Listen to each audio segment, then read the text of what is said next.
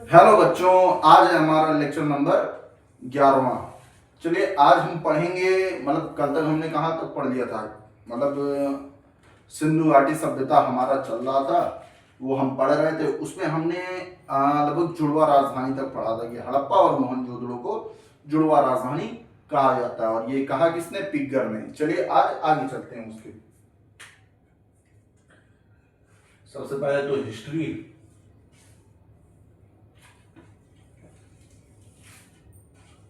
हमारा प्राचीन इतिहास चल रहा है, हिस्ट्री सिंधु सभ्यता।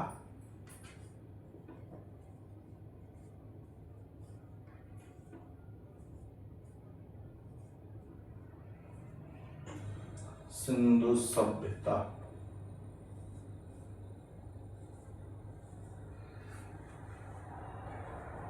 चलिए, हड़प्पा और मोहनजोदड़ो को जो है वो जुड़वा राजधानी कहा जाता है। हड़प्पा और मोहनजोदड़ो को जो जुड़वा राजधानी कहा जाता है। चलिए आगे चलते हैं, मोहनजोदड़ो शुरू करते हैं।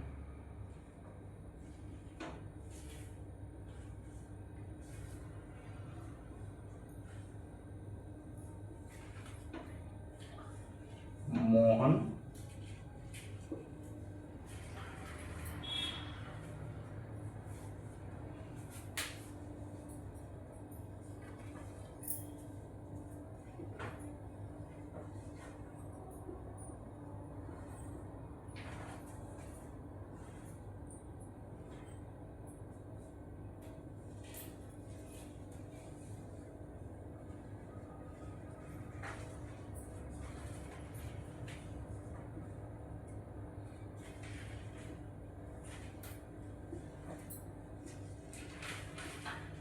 राखलदास बनर्जी।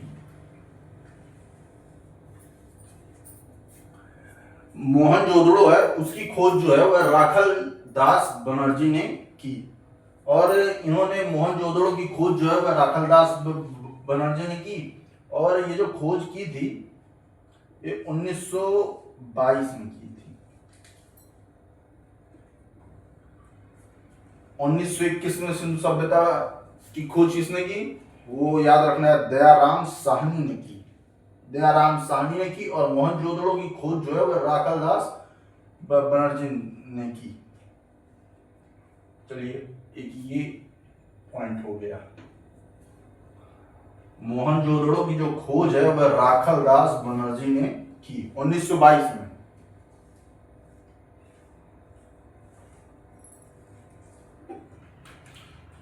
मोहनजोदड़ो की खोज जो है वह राखलदास बनर्जी ने की 1922 ईस्वी में। और ये कहां पड़ता है? लरकाना जिले में, पाकिस्तान के लरकाना जिले में ये पड़ता है। चलिए आगे चलते हैं। पहला पॉइंट। दूसरा, पड़ता कहां है? चलिए,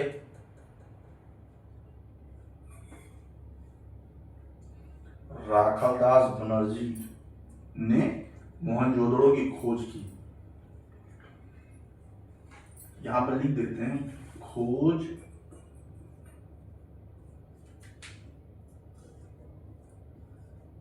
1922 में राखल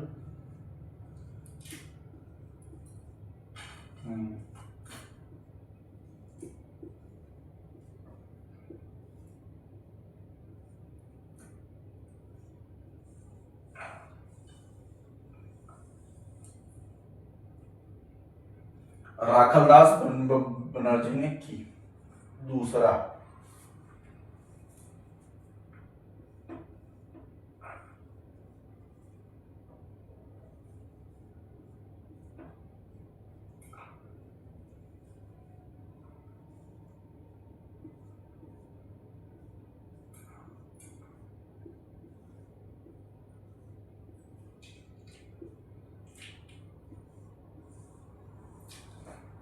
और यह है कहां? पाकिस्तान के लरकाना जिले में।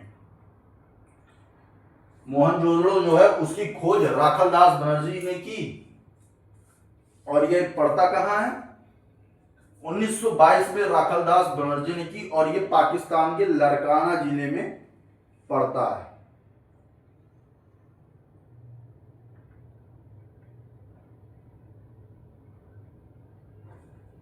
और सिंधु घाटी सभ्यता में जो नगरीय लोग रहा करते थे, जो अधिकतर रहते थे, वो हुआ करते थे मतलब द्रविड़ शैली के लोग।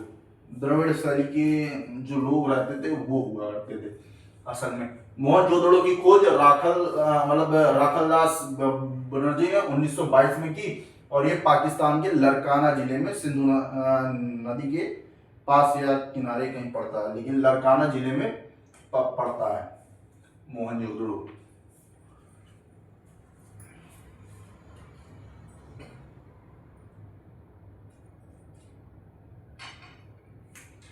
और मोहनजोदड़ो की बात हो गई।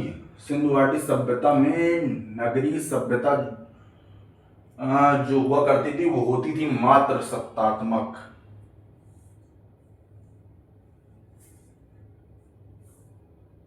थोड़ा अगर आगे बढ़े कर देते हैं।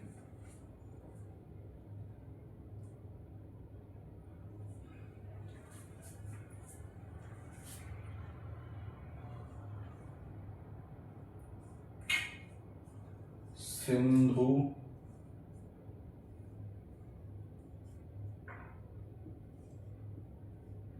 सभ्यता में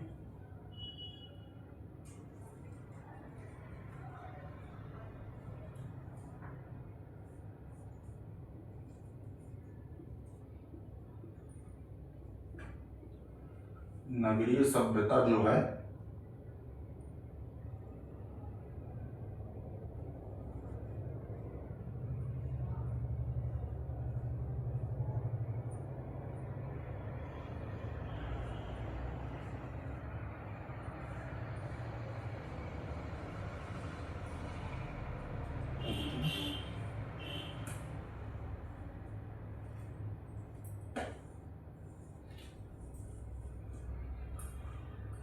अगर देखिए मोहनजोदड़ो खोज किसने की? राखलदास बनर्जी ने 1922 में, और पाकिस्तान के लरकाना जिले पर मोहनजोदड़ो पड़ता है। अब अगर थोड़ा सा आए तो वो जो सिंधु घाटी सभ्यता थी, तो सिंधु सभ्यता की जो नगरीय सभ्यता थी वो थी मात्र सत्तात्मक। मात्र सत्तात्मक अधिकतर हर जगह हम देखते हैं कि जो सत्ता होती है वो पितृ सत्तात्मक होती है,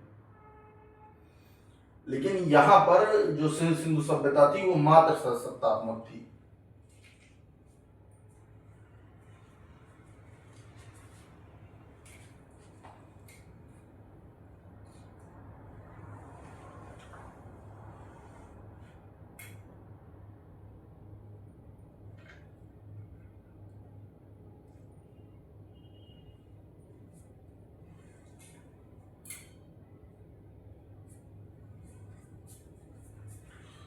चलिए आगे चलते हैं।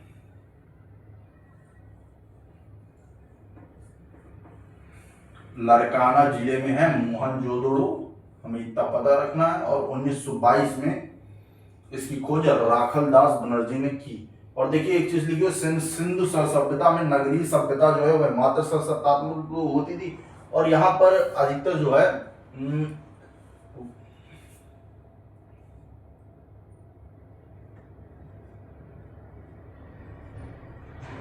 लोग द्रविड़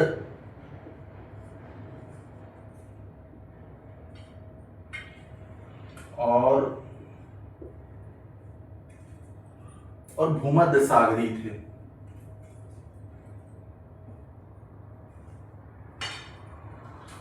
भूमध्य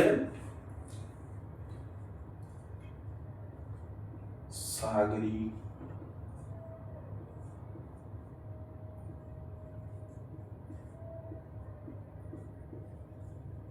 सिंधु सभ्यता पे जो लोग थे वो थे द्रविड़ और भूमध्य सागरी लोग थे।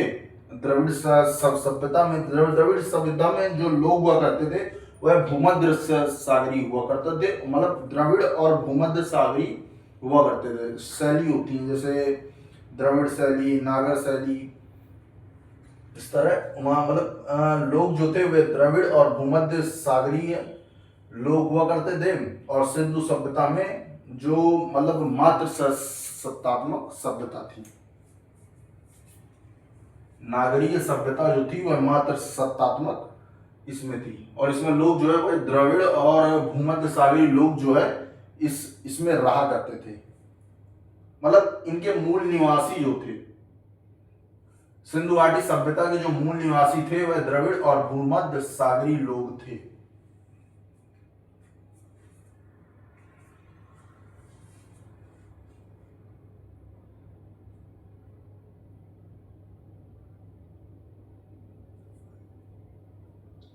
और जो घर हुआ करते थे वह ग्रिड पद्धति में बनते थे।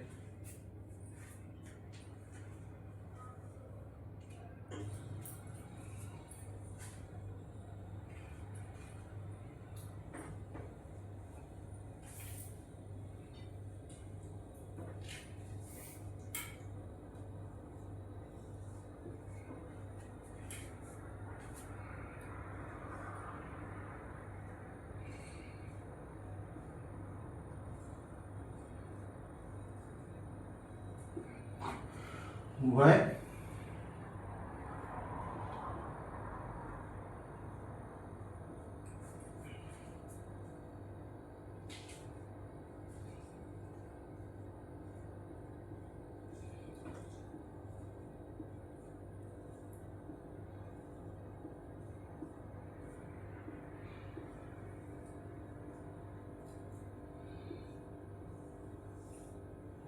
घर जो होते थे वह जो मतलब घर जो उस समय बनते थे वह ग्रिड पद्धति में बनते थे।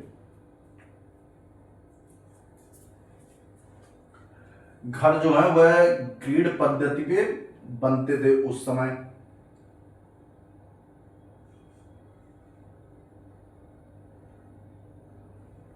और जो खाने की चीजें हुआ करती थी वो मतलब मीठे पे तो अधिकतर शहद खाते थे वहां। और गेहूं और जौ आपको पता ही है, पिछले में बताया था। चलिए मीठे पे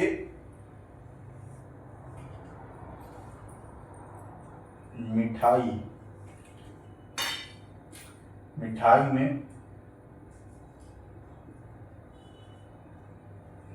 में शहद,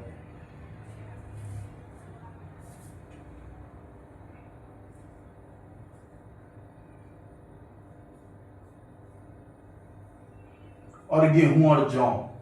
मिठाई पे जो है वहां शहद ये खाया जाता था।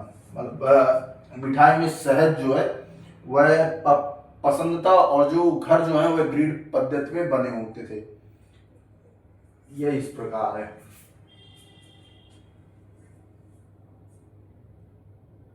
चलिए इरेज करते हैं।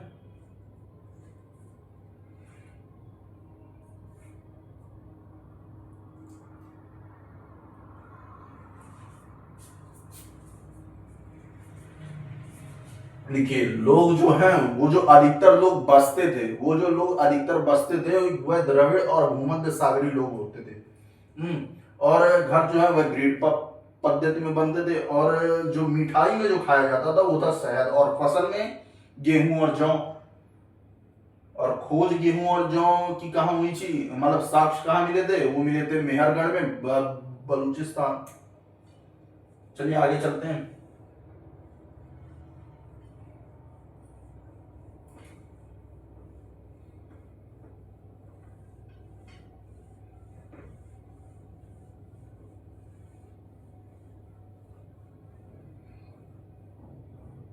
और फसल में क्या खाते थे आगे जानते हैं। मिठाई पे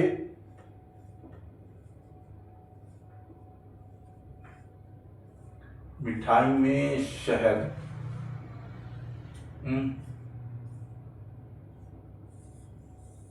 मिठाई में शहद खाते थे, मिठाई में शहद। और फसल पे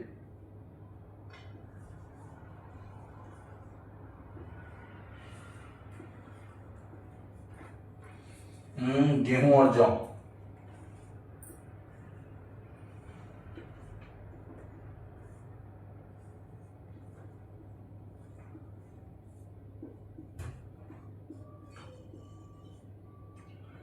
गेहूं और जौ।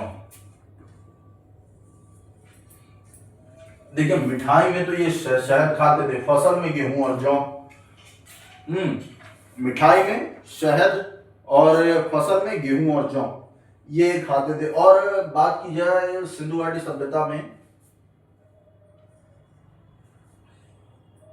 दूसरी चीज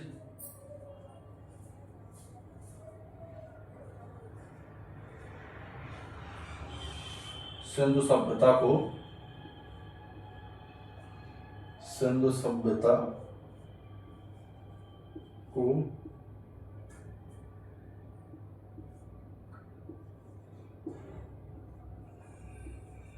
मेलुहा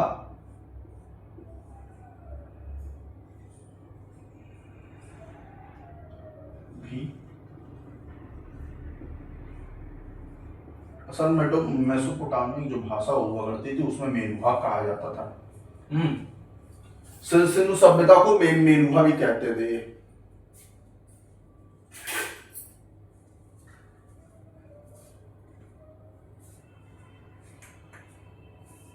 सिंधु सभ्यता को मेलुहा भी कहते थे। मिठाई में शहद, फसल में गेहूं और जौ खाते थे। गेहूं और जौ जिसके साक्ष्य जो है वह बलूचिस्तान मेहरगढ़ में मिले थे। और सिंधु सभ्यता को मेलुहा कहा जाता था। मेलुहा कहा जाता था एक मेसोपोटामिया में मेलुहा कहा गया था सिंधु सभ्यता को।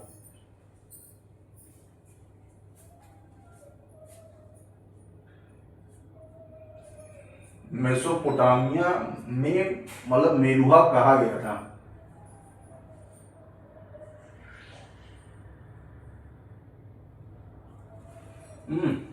ये दो चीज तो हमने लिखी, तीसरी ये लिख रहे हैं हम।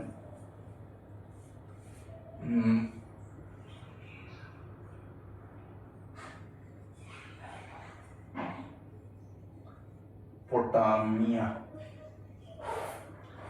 मेसोपोटामिया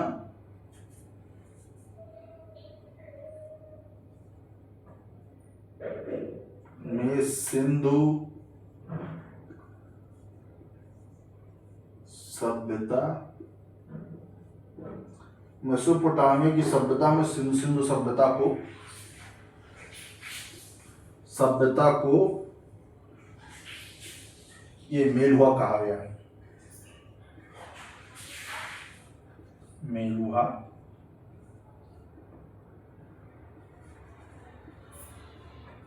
कहा गया है। मेसोपोटामिया की सभ्यता में, मेसोपोटामिया सभ्यता में सिंधु सभ्यता को मेलुहा कहा गया। असल में ये जो है मेसोपोटामिया सभ्यता ये दो नदियों के बीच में स्थित है। उसे कहते हैं टिग्रिस और फारत। अरे वो फारत नहीं, फरात।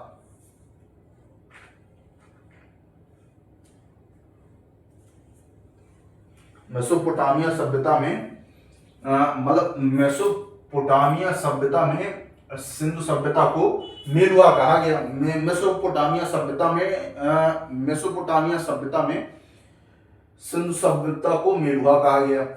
ये जो मेलुहा कहा गया ये मेसोपोटामिया सभ्यता में कहा गया। सिंधु सभ्यता को मेलुहा कहा जाता है। वो कहाँ कहा जाता है? मेसोपोटामिया सभ्यता में।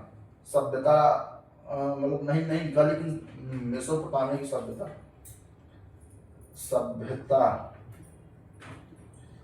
मेसोपोटामिया सभ्यता में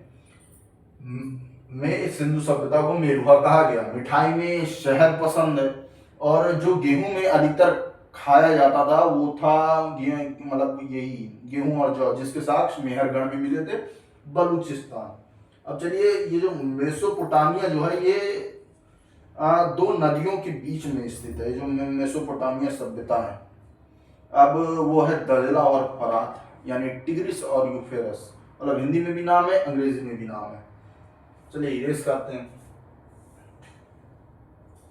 तो देखिए, मिठाई में शहद, फसल में गेहूं और जौ। और सिंधु सभ्यता को मेलुहा कहा गया। मेलुहा कहाँ कहा गया? तो मेलुहा कहा गया मेसोपोटामिया सभ्यता में सिंधु सभ्यता को मेरुहा कहा गया। चलिए आगे चलते हैं।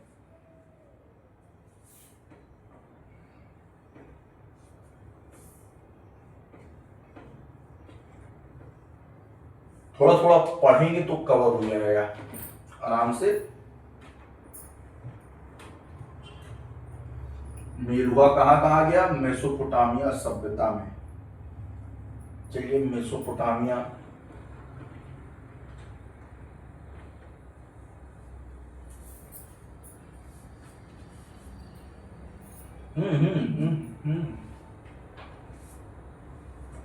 वो बड़ा पड़ जाता है।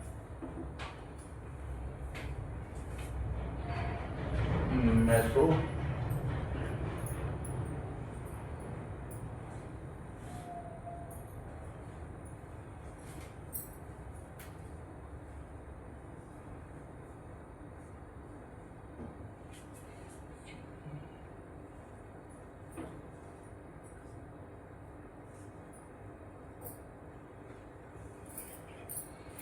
मेसोपोटामिया सभ्यता। आइए थोड़ा मेसोपोटामिया सभ्यता जो है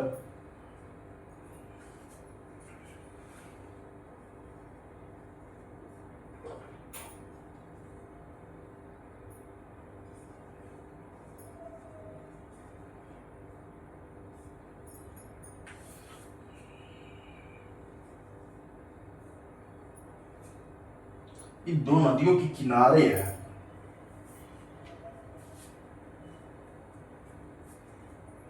दो नदियों के पास, दो नदियों के, अरे यार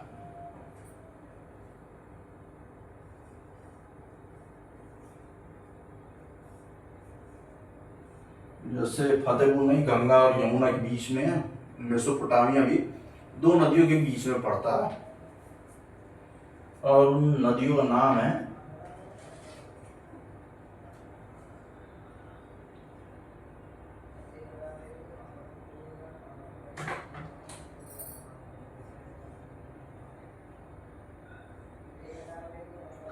टिग्रिस और यूफ्रेटस, दजला और फरात।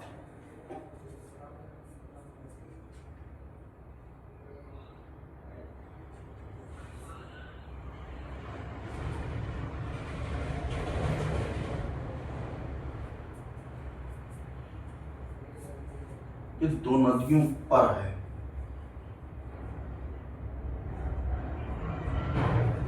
यह दो नदियों पर है, दजला और फरात। और दोनों नदियां, इनका अंग्रेजी में भी नाम है, दजला और फरात। इसे टिग्रिस कहते हैं, टिग्रिस। और इसे यूफ्रेटस, दजला और फरात।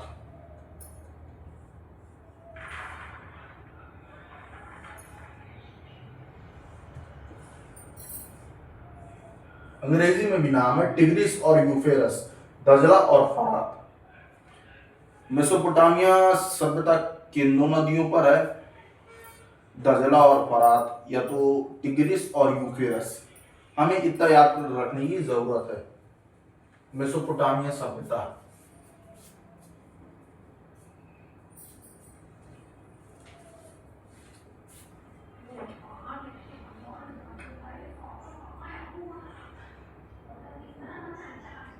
टर्की।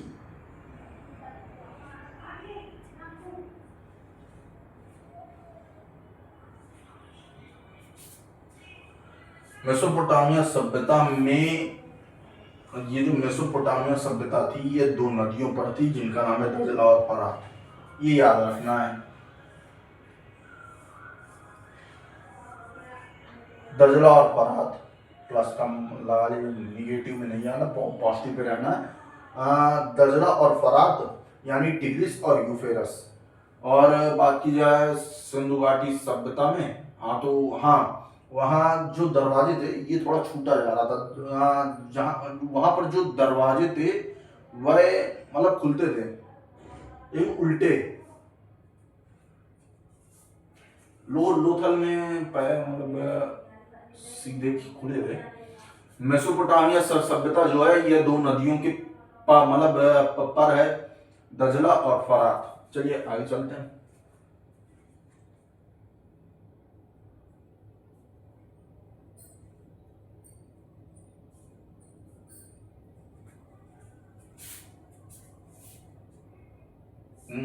नीचे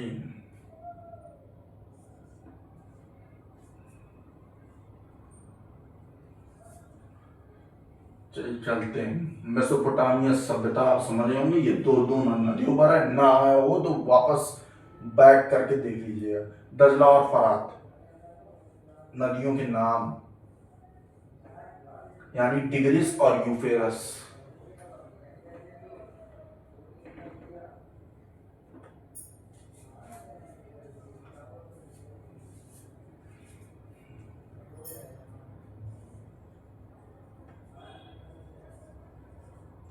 सिंधु घाटी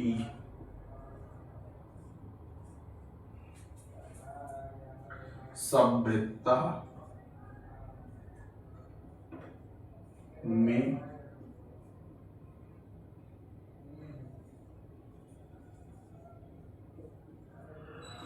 दरवाजे और खिड़की, दरवाजे और खिड़की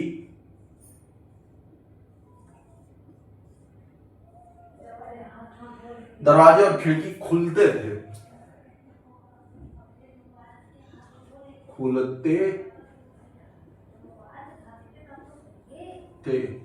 और ये कैसे खुलते थे? उल्टे खुलते थे,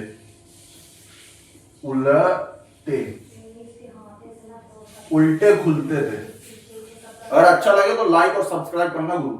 चलिए, जो सिंधु घाटी सभ्यता में दरवाजे और खिड़की जो थे वो है उल्टे खुलते थे, और सीधे कहां खुले? सीधे खुले लोथल में।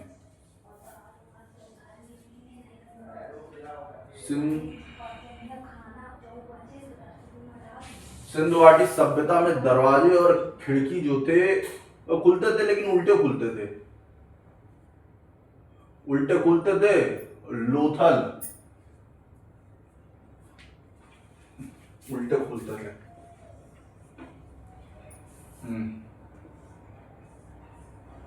उल्टे खुलते थे।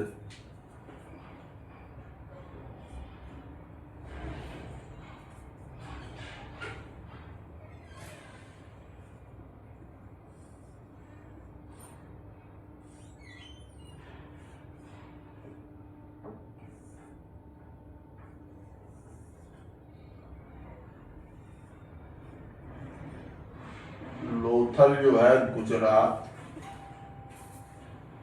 वहां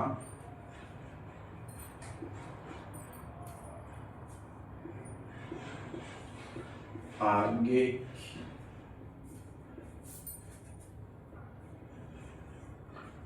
लोथल जो है गुजरात,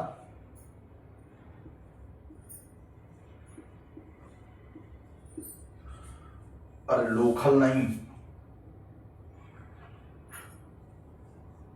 लोथल जो है गुजरात, वहां आगे की ओर खुले। गुजरात के लोथल में आगे की ओर खुले, और बाकी उल्टे, मतलब उल्टे खुलते थे, खुलते तो थे लेकिन उल्टे खुलते थे। सिंधु घाटी सभ्यता में जो दरवाजे और खिड़की हुआ करते थे वह उल्टे खुलते थे।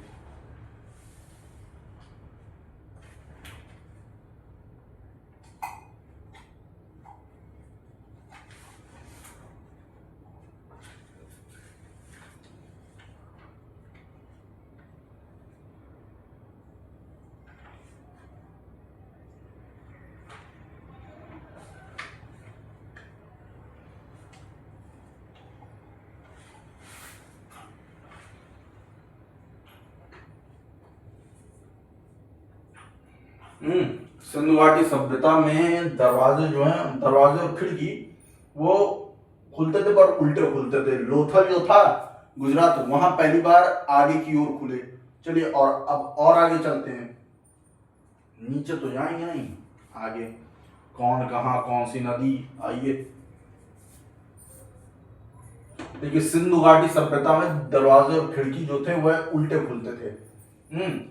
जो सिंधु घाटी सभ्यता में खिड़की और नदी मतलब अरे यार सिंधु घाटी सभ्यता में सॉरी सिंधु घाटी सभ्यता में दरवाजे और खिड़की जो थे वह उल्टे खुलते थे, और लोथल जो था गुजरात का वहां आगे की ओर खुले।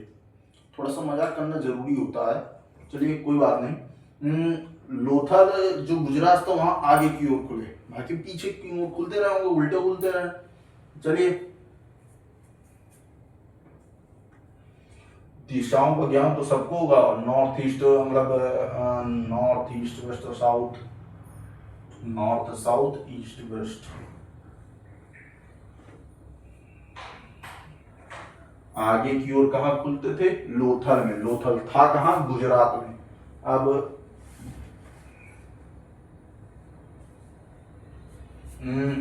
अब इस तरह से नॉर्थ साउथ ईस्ट वेस्ट। अब ऊपर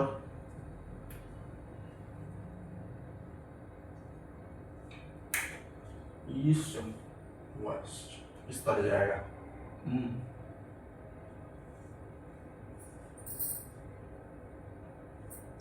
मांदा चिनाब, मांदा चिनाब, हाँ। अब देखिए यहाँ पर आपको 4 फुट डायरेक्शन दिख रही है, नॉर्थ ईस्ट वेस्ट साउथ, मतलब नॉर्थ साउथ ईस्ट वेस्ट। चलिए अब यहाँ चलते हैं।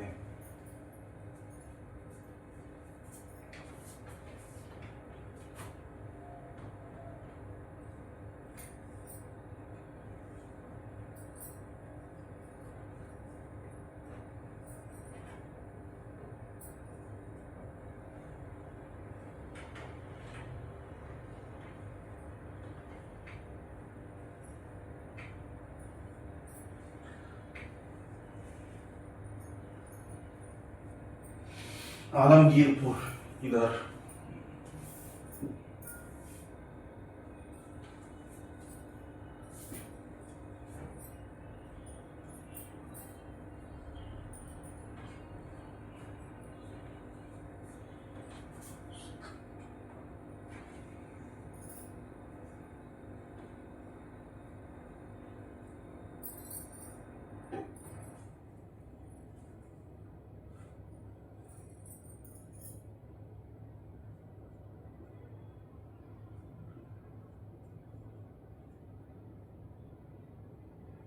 तास्क में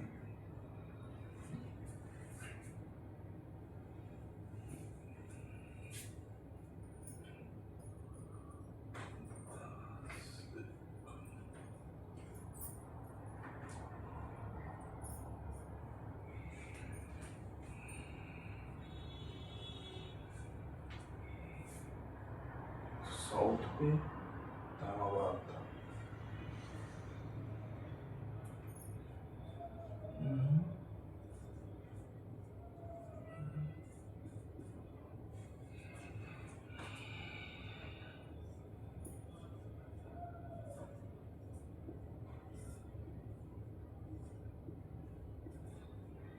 आलमगीरपुर,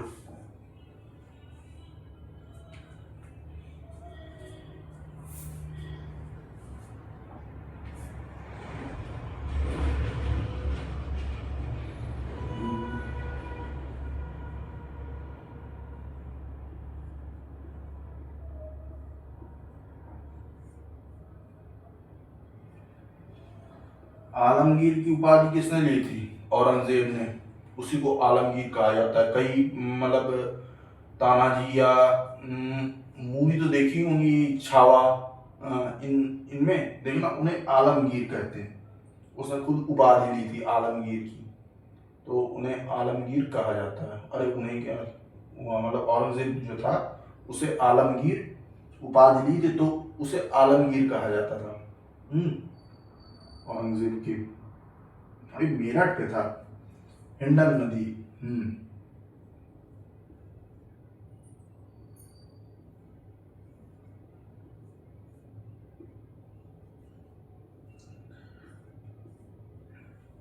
देखना शहीद स्थल के पहले जब आप निकलोगे वहां से, तो हिंडन रिवर नाम का एक मतलब मेट्रो स्टेशन पड़ता है। उससे आप याद रख सकते हैं हिंडन नदी, आलमगीरपुर, ऊपर मेरठ लिख लेते हैं।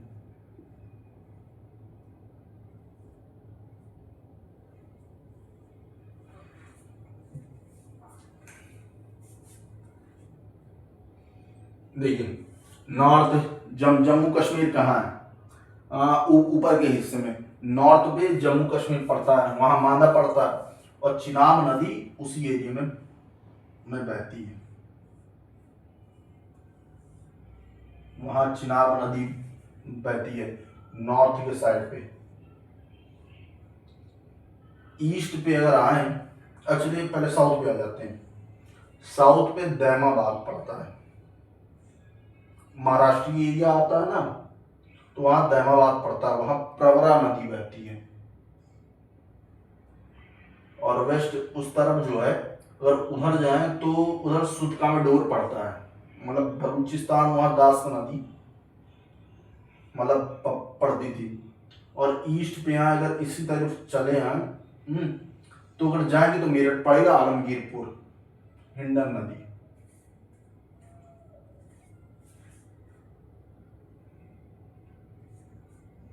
आपको पता होगा प्रवरा नदी जो है वह सहायक नदी है।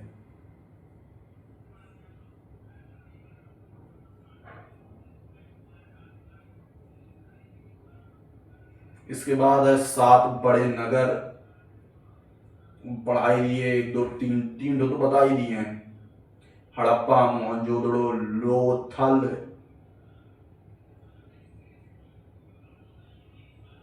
हड़प्पा सभ्यता, मतलब हड़प्पा, मोहनजोदड़ो, उसके बारे में बताएंगे, मोहन मृतकों का टीला वगैरह, लोथल वहाँ पहले मतलब गुजरात में पड़ता है,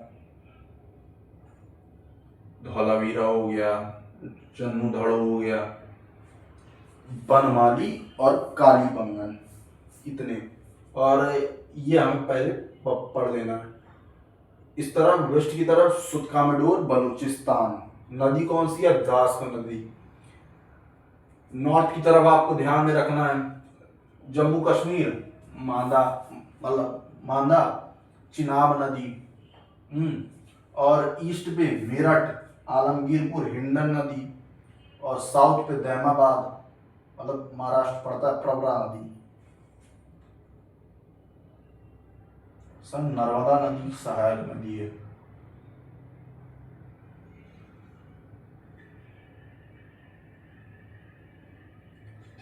साउथ पे ये, नॉर्थ पे जम्मू कश्मीर, मांदा, चिनाब नदी, साउथ में ये मिल जाएगा आपको, साउथ का हिस्सा। और वेस्ट का अगर और उधर लेना चाहिए था थोड़ा,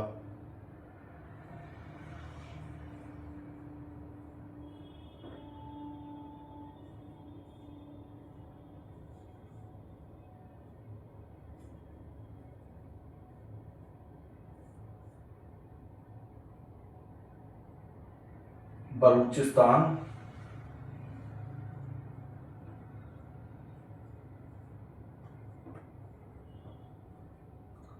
अब थोड़ा गलत गलत होगा लेकिन समझ पड़ेगा, दास नदी,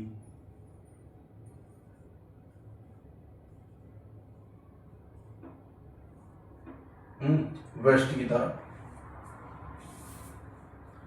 मांदा, चिनाब नदी, और ईस्ट की तरफ पड़ रहा है ये, ई उड़ा लिया है, आलमगीरपुर, मेरठ, हिंडन रिवर।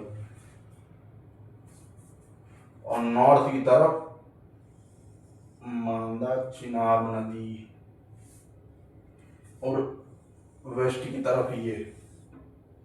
नॉर्थ की तरफ जाएंगे तो जम्मू कश्मीर पड़ेगा, मांदा पड़ेगा, चिनाब नदी पड़ेगी। साउथ की तरफ आएंगे तो मतलब तैमाबाद पाएंगे, और तैमाबाद पाएंगे, वहां प्रवरा नदी, और ये सहायक नदी है। और ईस्ट पे जाएंगे तो मेरठ, मेरठ पड़ेगा, आलमगीरपुर, औरंगजेब से हम याद रख सकते हैं, उसे आलमगीर कहा जाता था, तो आलमगीरपुर रिवर, हिंडन रिवर। और इधर आओ, मतलब वेस्ट की तरफ, ईस्ट की तरफ हमें मेरठ मिलेगा, आलमगीरपुर मिलेगा, हिंडन मिलेगा, इतना मिलेगा। और अब वेस्ट पे जाओ, तो वेस्ट पे जाएंगे तो हमें सुतकामेडोर मिलेगा, बलूचिस्तान और दास्त नदी। और नॉर्थ भी अब चलते हैं, नॉर्थ मतलब देखिए ईस्ट और वेस्ट का काम हो गया। अब साउथ में मतलब पहले नॉर्थ पे जाओ तो जम्मू कश्मीर, मांदा, चिनाब नदी, उस एरिया में चिनाबी नदी बहते हैं, मतलब चिनाब, झीलम, व्यास, कुंदा की 4-5 बहती हैं। अब साउथ पे आओ तो दैमाबाद, प्रवरा नदी। इसके बाद 7 बड़े, जब अब हम इसके बाद आगे बढ़ेंगे तो हम 7 बड़े शहरों के बारे में पढ़ेंगे। चलिए आगे चलते हैं। देखिए वेस्ट में सुतकामेडोर, बलूचिस्तान, वेस्ट में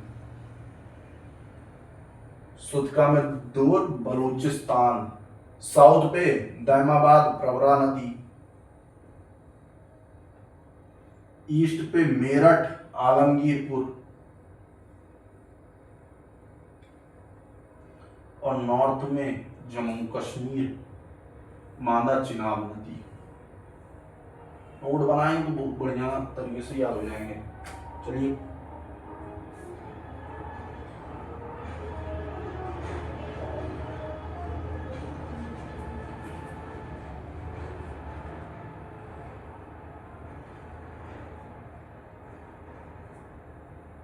उस समय के 7 बड़े शहर, अरे नगर, 7 बड़े नगर। थोड़े नए मिलेंगे कुछ।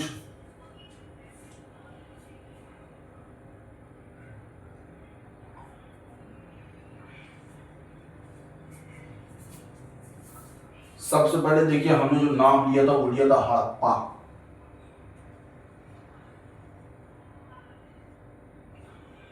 कि सिंधु, ये सिंधु घाटी सभ्यता को हड़प्पा सभ्यता भी कहते हैं, तो इससे आ रहा है हड़प्पा। और हड़प्पा के साथ जुड़वा राजधानी किसे कहते हैं? मोहनजोदड़ो।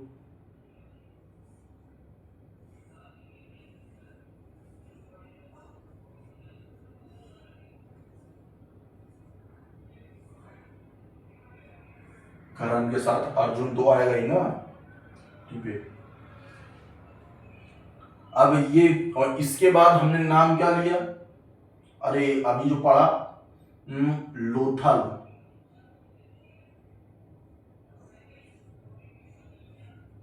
गुजरात में जो है।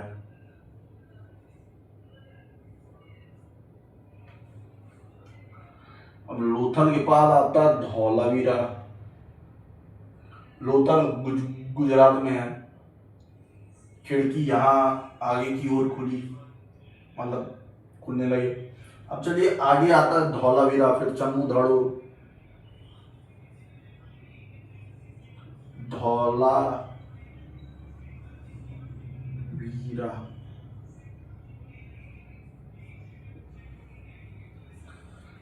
चन्नू धड़ो, कालीबंगन और बनमाली। हड़प्पा, मोहनजोदड़ो, उसके बाद लोथल, फिर धौलावीरा।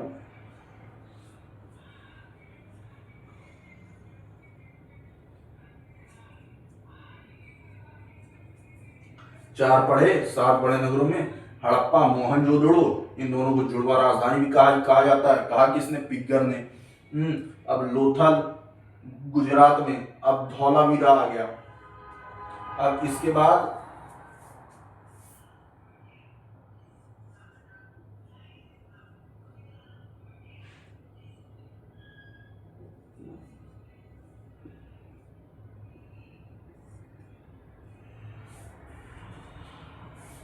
चन्नू धड़ो, अरे धड़ो नहीं, धड़ो, चन्नू धड़ो। और इसके बाद बनमाली,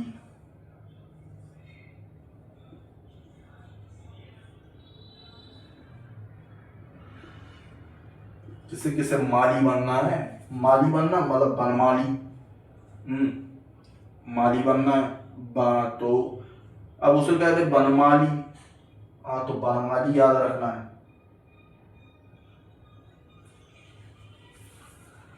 अब जो अगला है वो है कालीबंगन। आगे लिख दें।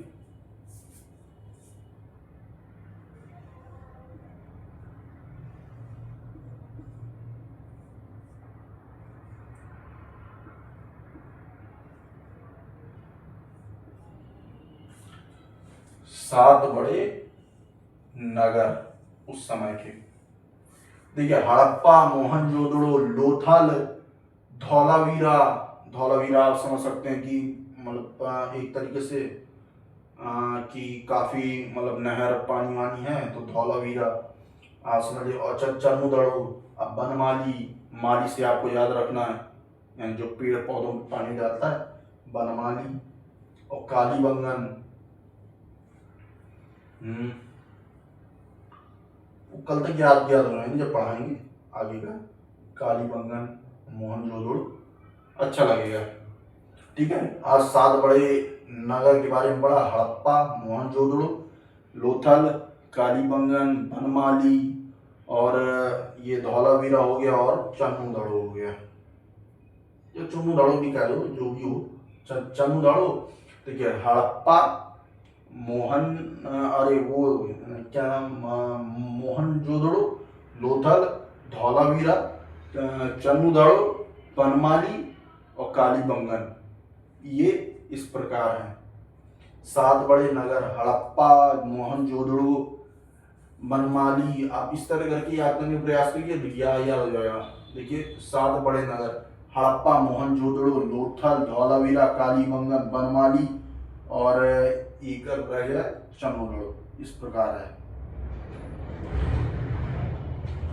सात बड़े नगर हड़प्पा, मोहनजोदड़ो, लोथल, धौलावीरा, चन्मुदड़ो, कालीबंगन, बनमाली,